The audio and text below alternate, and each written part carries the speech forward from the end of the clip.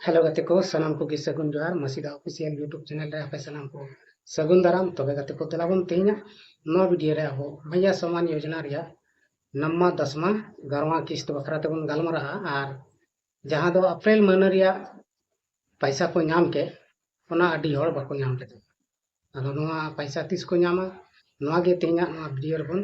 गालमरा अदो तेलाबन बिना बिलम कते वीडियो बन स्टार्ट लगी तबे गते को सरीगे अब बन बड़ाई गया झारखंड मैया समान योजना बखराते अभी दिन खो चला हजूकना माने 2024 खन चला हजूकना आर नोआ दो गोगो हड़ को राकाब को रिया मिटन योजना कना जहां दो रेंगे ओरे से गोगो हड़ को जहां दो ओड़ा रेगी को तहन कान बाहरे से बाको कमी कान से जाना बाको रोजगार कान उनको को आको कटी कटी कमी को ची लेका तको कमी तको पैसा मत बाहरे से खो बाको कमिया आदो आको दो ओकार को नाम पैसा ओना लगी डिपेंड तहन हुई कन तको जहां कमी आको ओड़ा रे उनी रगी आदो ओना खन रकाब को लगी थी झारखंड मैया सम्मान योजना मा झारखंड सरकार यानी हेमंत सोरेन लागू कदा आर नुआ पैसा एमा को कना पहिल दो 1000 एमा को फिर 2500 कते शुरू कदा आर नुआ दो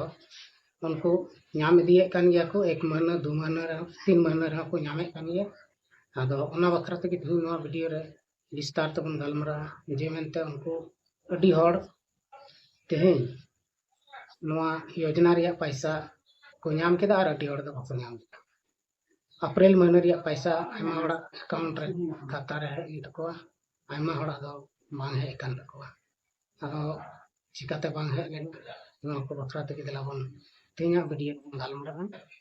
आदो गते को अप्रैल महीना रिया पैसा मुठे 13 जिला रे गोगो हड़ को नाम के 13 जिला बाकी 11 जिला सारे झारखंड रिया ओना रेन तो बाको नाम लेदा आदो उनको पैसा नितो मी धावते अप्रैल मई जून तेने महीना रिया उनको अकाउंट हिजुना आर ओना दो नितो नोआ जून महीना का नोआ जून रिया लास्ट होते होते उनको अकाउंट हजू गया आदो बिलम कना चिकाय लगी नोआ अब बन हुदिस दड़िया जे time to time by payment दड़े को कना माने पैसा टका रिया मामला कना आर पैसा टका फंड रे बांग तहन कान चिक पैसा एमाओ को उनाते बाय हम दड़े को कना सही समय रे आर उनकाते उनाते अडी मुश्किल हुई कना जहां वादा ले उना बाय पूरा दड़िया आर नितो अब नेल दा कटा योजना की सही तरीके से बांग चला कानते झारखंड सरकार उनाते अडी मुश्किल रिया कथा कना चिक काय चलावा बनावा मेनखान विशेष कते मैया सम्मान योजना तो पूरे ध्यान एम कादा आर मा दो गोगो हड़ को ओड़ा दुड़ुब कते को नामे कना आर को जहां छोटा मोटा कमी को हुई कान तको से कमी मेना ओना अडी मज तो हा गड़िया आदो गते को जहां को जदी बांग है कना पैसा दया कते आपे अपना अकाउंट पे चेक तपे आ चेक कते डीबीटी पे चेक से मोबाइल नंबर लिंक में से बांग राशन कार्ड केवाईसी होई कन से बांग नुआ को सनाम को नेले कना तब गे अकाउंट रे ऑटोमेटिक हजू कना विशेष कते डीबीटी जरूर गया और ई केवाईसी राशन कार्ड गया जहां दो डीलर थे चलाव कते कोरा हजू का नुआ को अडी जरूर गया नुआ मैया समान योजना रे लाभ हताव लगी ते आदो अपना डीलर थे चलाव कते ई केवाईसी हुई गया जहां बैंक रिया मामला खाता रिया मामला दो डीबीटी मानते हैं तो बैंक रे चला मोबाइल लिंक नंबर लिंक बिना से बनवा नुआ बैंक रे सेन कते कोरा चाहिए अरो बिना बिलम कते आपे उसरा तपे चला सबना बैंक और अपना तिना डाटा में ना पे चेक चाहिए और बापे चला दड़े कन खान बैंक सीएसपी केंद्र रहो जहां टा रे कन गे ग्राहक सेवा केंद्र पड़ा चला करते ओंडे आपे चेक से दड़े और ओंडे हम आपे डीबीटी को ऑन करता पे जहां लिखत दबनवा आदो नय नवा को किछु किछु हड़ा रे बांग कराव कना से अडी हड़ा नका होयो कना अकाउंट रे मोबाइल नंबर लिंक लहा तहन कना किछु दिन होते होते ऑटोमेटिक गे अचड़गो तो उना हालत रहो मैया समान योजना रे पैसा बांग बोलो अदो नवा को अडी आयमा गान कारण मेना और नवा को कारण क्लियर लेन खाएगी खाता रे पैसा दो ऑटोमेटिक बांग और जदी नवा को बाम पे पूरे कना तबे दो पैसा दो बांग अदो गति को नवा पैसा नाम कते अडी हड़ दो भागी जायगा गे को लगाव दा अडी हड़ दो हनते नते खर्चा कन इने मेन दो नवा गे जे जहां गो हड़ से जहां बया जहां मिश्रा गे आपे मैया समान योजना रे पैसा पे नामे तबन खान आपे पैसा भागी जगह रे लगाव तबन पे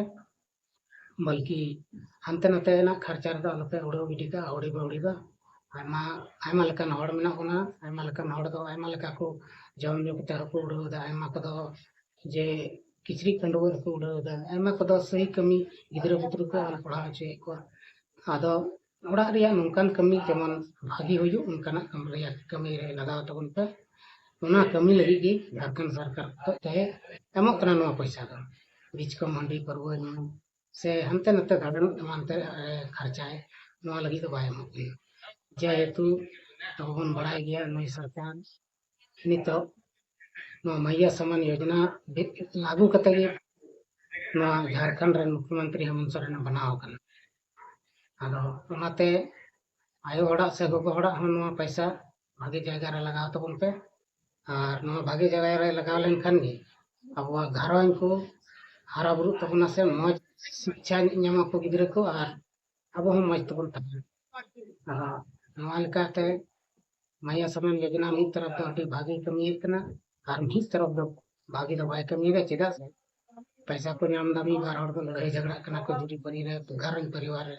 अदो नुआ को इटन गलत बात कना ना समाज हड़ा कमी कना ना जहां दो बाको बुझदा बेबुझ गया को उनको पैसा लगी को लड़ाई झगड़ा कना जे नाम के का देन जो पैसा उनका दो बांग कना चेदा से उनिया नामे कन का आयो दवा चुआ यार घर हो आए ते लाए चला बनावे घर होइगा उनका ना पैसा ते तपम झगड़ा नहीं दो बड़े रिया मुश्किल रिया कथा कना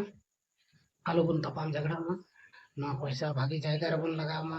और अब परिवार बन हरा बुरी तबन अदो गति को मैया समान योजना जहां स्कीम कान नो दो झारखंड रे फिलहाल तो चला तगी मेना ना अदो तीन दिन चला ना बाबन लई दाड़िया ओनाते नो पैसा अब उनका आलबन हुदिस में जे नितो दो नो पैसा जिंदगी भर चला तगी कहना नाम गिए उनका दो बांग कहना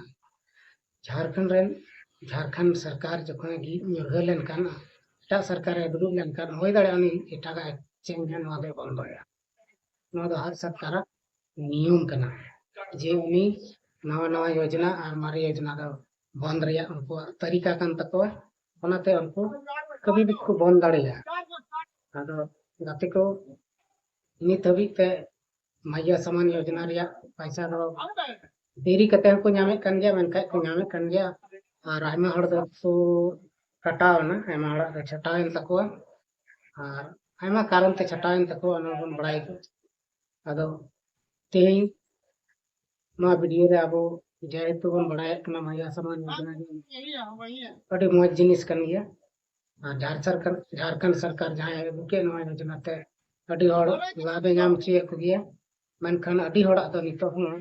मने को अडी उदास गे मेना तको चेदा से पैसा बाको नाम कदा अदो उनको बाको नाम का हड़ दो मिद बंता गते किस्त्रिया को नामना 7,500 पे किस्त्रिया को नाम और जहां को अप्रैल रिया को नाम के उनको दो बार किस्त को नाम मनखान को नाम गया ना कथा तो बंग कना जे मेनते उनको बाको नामा ओना दो उनको को नाम गया और नवा जून मन रिया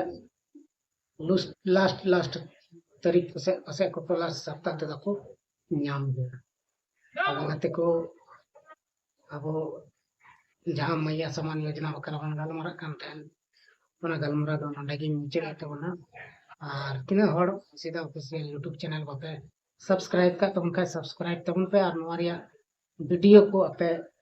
पूरी नेल रिया पे कुरुंटू तबना एनते नवा रे बहुत अच्छा जिनिस दे तबना वीडियो रे मोटिवेट लगी हाँ वीडियो रिंग दे तो उनके मोटिवेशन कैन पे बेपतियर आलो पे कहना जाना विषय थी अदो नोकाल कते नो अदो अडी भागे देश लगी ती वीडियो बनाए कना अदो तिया वीडियो तो इनके गुण इन्फॉर्म करना हमारा हम नेक्स्ट वीडियो को यहाँ पाऊँ तब तक के लिए सनाम को कोई विजय हता दमा इंसान कौन सनाम मुझे जोहार।